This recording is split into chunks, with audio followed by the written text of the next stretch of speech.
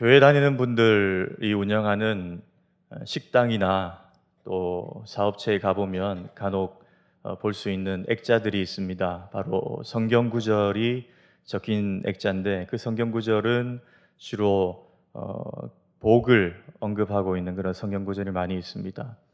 한 두 개 정도만 우리가 샘플로 보면 욥기 8장 7절 말씀이 아주 많습니다. 내 시작은 미약하였으나 내 나중은 심히 장대하리라, 이런 말씀이죠. 사실 이 말씀은 하나님께서 직접 주신 말씀은 아니고 욥을 비난하던 친구 수아 사람 빌닷이 욥에게 한 말이죠. 그리고 또 자주 볼 수 있는 구절이 히브리서 6장 14절 말씀입니다. 우리 함께 한번 읽어보겠습니다.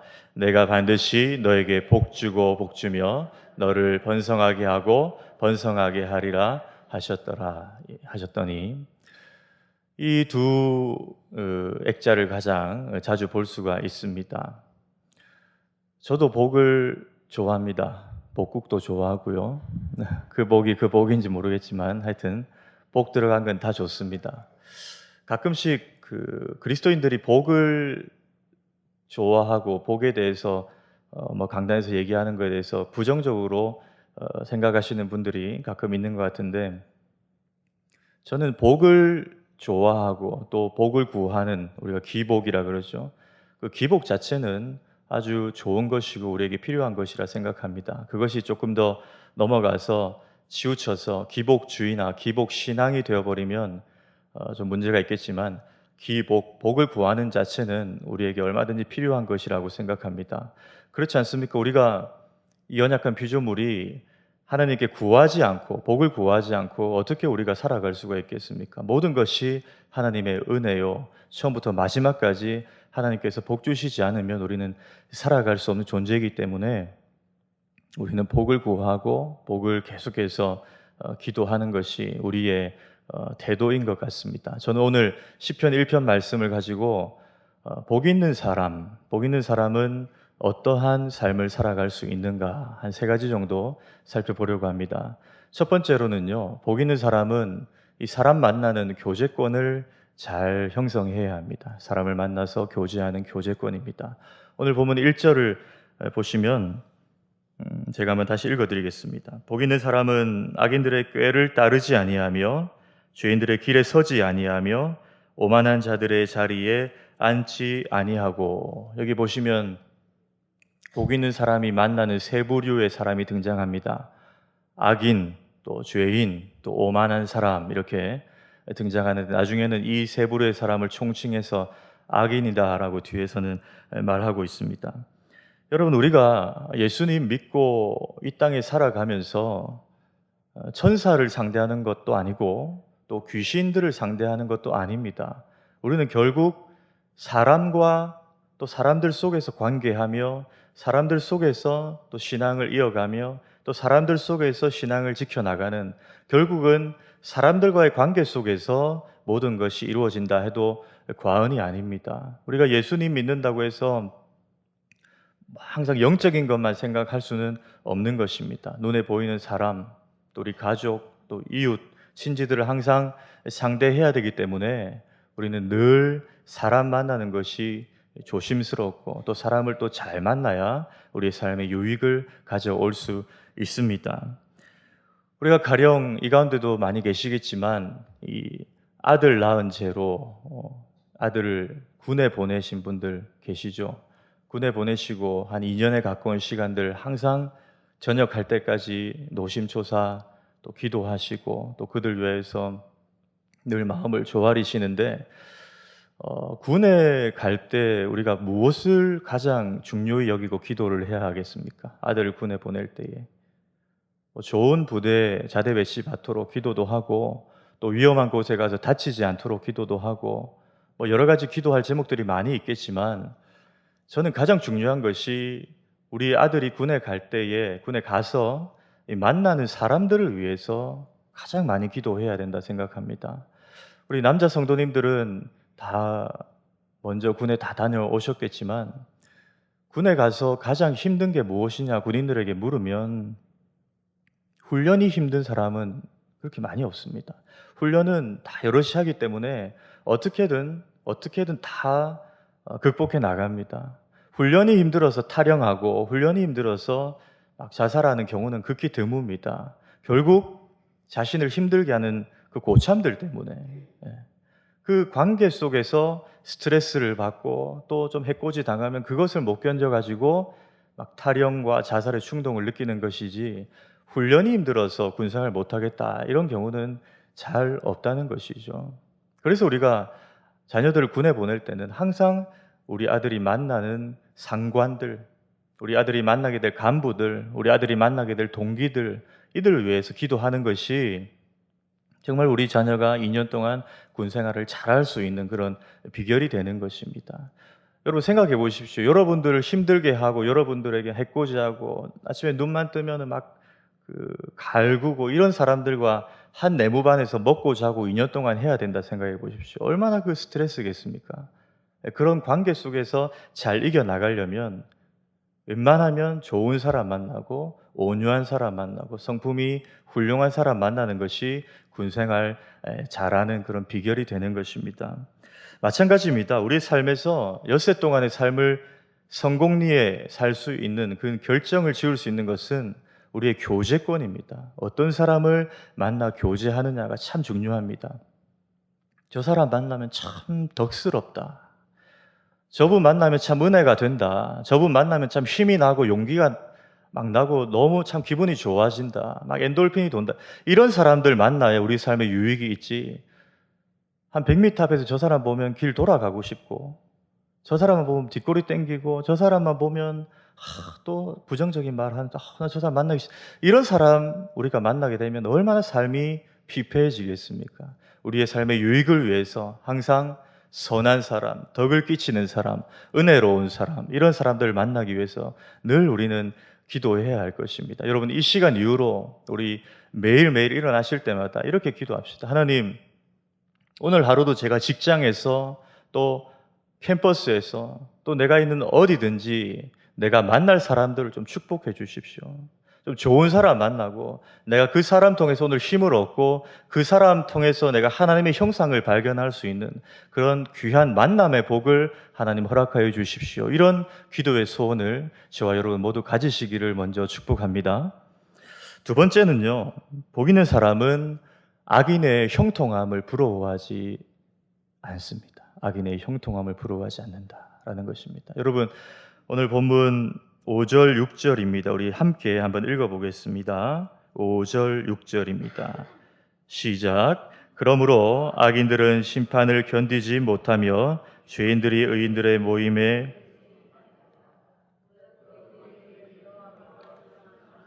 악인들의 길은 망하리로다. 아멘. 여러분, 여기서 악인이라 함은 뭐 도덕적으로 윤리적으로 좀 범죄한 사람들, 문제가 있는 사람들을 우리가 생각할 수도 있습니다. 하지만 우리가 이 시편 기자의 의도를 놓고 볼 때 성경 전체에서 말하는 악인, 죄인, 오만한 자는 과연 누구를 가리키는 걸까요? 우리가 요한복음 16장 9절에 이렇게 말하고 있습니다. 죄에 대하여라 함은 그들이 나를 믿지 아니함이요. 예수님께서 하신 말씀입니다. 성경에서 말하는 궁극적인 죄인과 악인은 결국 예수님을 믿지 않는 사람을 말하는 것입니다. 시편 50편에도 어리석은 자는 이르기를, 그 마음에 이르기를 하나님이 없다 하도다. 결국 오만하고 악하고 정말 죄인은 결국 하나님을 부정하는 사람들입니다. 그래서 도덕적 윤리적인 죄를 먼저 말하기 전에 하나님께서 양과 염소를 구분하는 기준은 믿는 자와 믿지 않는 자를 그 기준으로 삼으신 것입니다. 이 시편 말씀도 마찬가지입니다. 악인, 죄인, 오만한 자, 결국 예수 믿지 않는 자를 말하는 것입니다. 여러분, 제가 얼마 전에 대학교 동창의 모임을 얼마 전에 한번 갔었습니다. 오랜만에 한번 친구들 보러 나갔었습니다. 같이 식사를 맛있게 하고요. 이제 조금 대화를 이렇게 나누는데 그 친구 중에 한 명이 저에게 이렇게 말하는 것입니다. 현명이 네 뭐 목사인가 뭐 한다며 이러는 것입니다. 기분이 확 나빴습니다. 아니 우리가 스님들도 님자를 붙여주는데 우리가 스라고 안 하잖아요. 근데 뭐 아무리 친구라도 목사 이러니까 기분이 굉장히 나빴습니다. 그래서 귀싸대기를 한 대 때리려 하다가 주여 저들이 알지 못하고 저럽니다 이러면서 참았습니다. 그런데 이 친구가 점입가경입니다. 그 뭐 목사 뭐하노? 그 뭐 맨날 노래 부르고 앞에 나가 설교하고 맨날 그러나? 아주 비꼬듯이 이렇게 말하는 것입니다. 그래서 제가 얘가 정신줄을 놓았나 이렇게 생각하다가 그래도 뭐 애가 상태가 평소에 안 좋았던 애기 때문에 이해를 하고 꼭 눌렀습니다. 누르고 그래 나 대학 졸업 저는 이제 음악대학을 나왔습니다. 나오고 신학대학원을 우리 고시신대원을 나왔는데 대학 졸업하고 신학대학원 가서 지금 저기 부산대학병원 옆에 있는 부민교회란 곳에서 부목사로 일하고 있다라고 말했습니다. 그리고 뭐 맨날 설교하고 맨날 찬송 부르고 이렇게 하는 건 아니고 주일날은 그렇게 하지만 평소에는 사람들 찾아다니면서 신방이라는 것을 하는데 그걸 하면서 생수를 배달한다 이렇게 말했습니다. 생수를 배달한다. 걔가 못 알아듣는 거예요. 정수기 그 생수 니 그럼 투잡하는가 봐. 이렇게 말하는 겁니다. 그래 요새 뭐 목사들 월급 얼마 되겠나 뭐 이러면서 막 이제 얘가 더 막 이렇게 얘기하는 거예요. 마치 제가 직업을 2개 갖고 있는 그런 사람이냐 막 비꼬듯이 말하는 것입니다. 그래서 제가 또 한 번 더 참고 설명을 했습니다. 그게 아니고 교회에서는 하나님 말씀을 생수라고 말한다. 그래서 몸이 아픈 분들, 마음이 아픈 분들, 또 나는 대학부를 맡고 있기 때문에 좀 힘들어하는 친구들 주중에 또 시간 되면 만나가지고 또 말씀으로 위로하고 격려하고 이런 일들을 하기 때문에 내가 생수를 배달한다라고 얘기를 하는 거다라고 무식한 사람에게 설명을 해 주었습니다.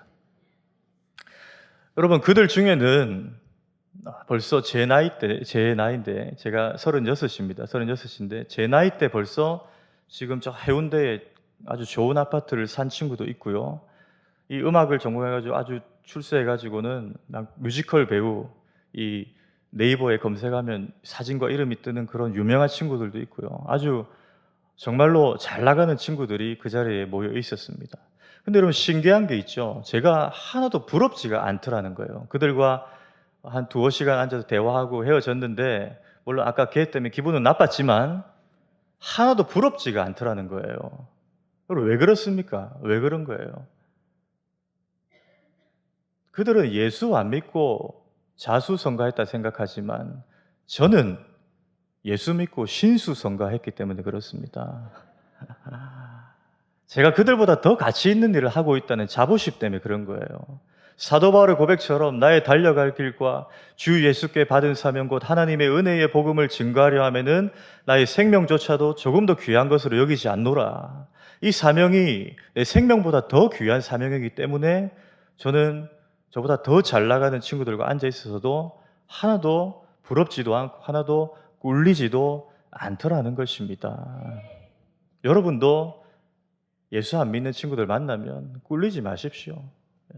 우리는 예수님을 소유한 사람들 아닙니까? 만복의 근원이신 예수님 소유한 사람 아닙니까?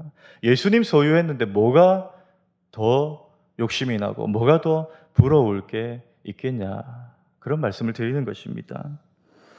여러분 우리가 아까 본문 6절을 읽었는데 무릇 의인들의 길은 여호와께서 인정하시나 악인들의 길은 망하리로다.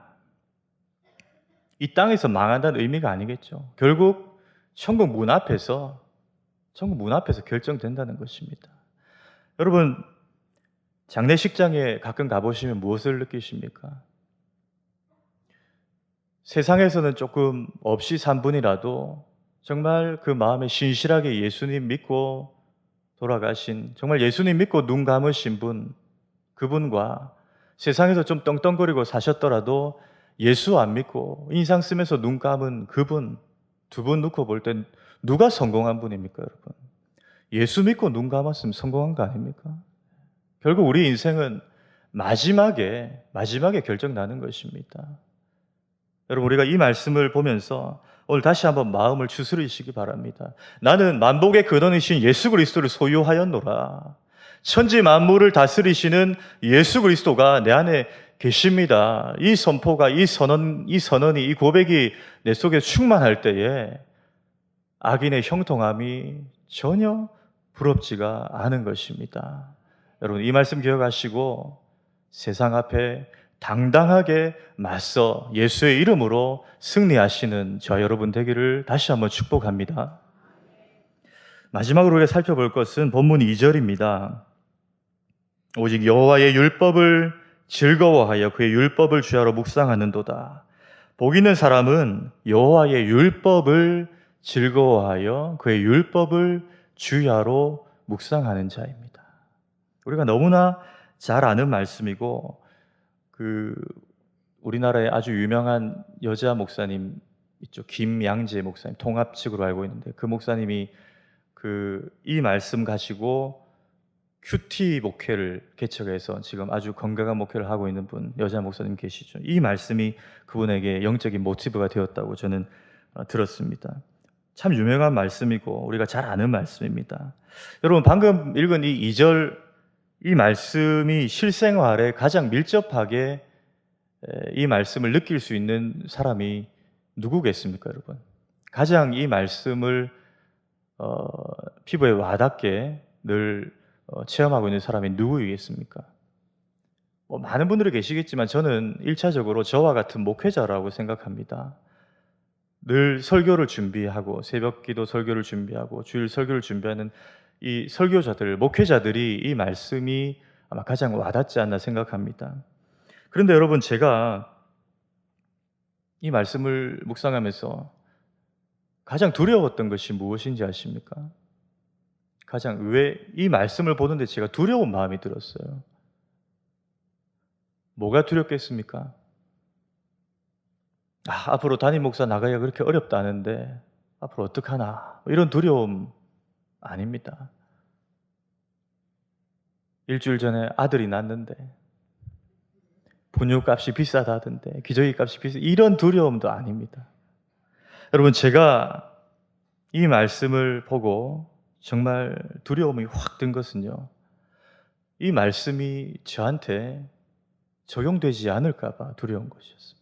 무슨 말이냐면 여호와의 율법을 즐거워함이 저에게서 사라질까 봐, 제가 설교를 준비하고 말씀을 준비하는 것이 기계적으로 되어질까 봐 그게 두려운 것이었습니다.